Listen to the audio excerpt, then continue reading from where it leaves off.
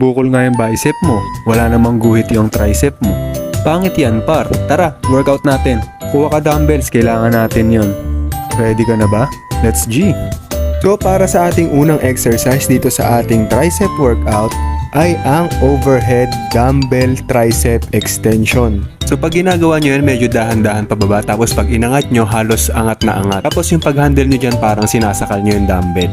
Okay, so next nating exercise, dumbbell kickbox. So same din to sa nauna, medyo dahan-dahan din pababa.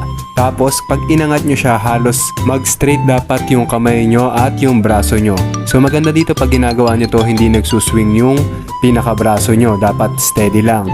And last workout natin, itong one arm tricep extension. So ito halos same lang din to nung nauna, pero ang maganda dito, mas nafo-focus natin yung right and left arm. Ano pang hinihintay mo? Workout na, sabay-sabay tayo magpaguhit ng braso. Tara!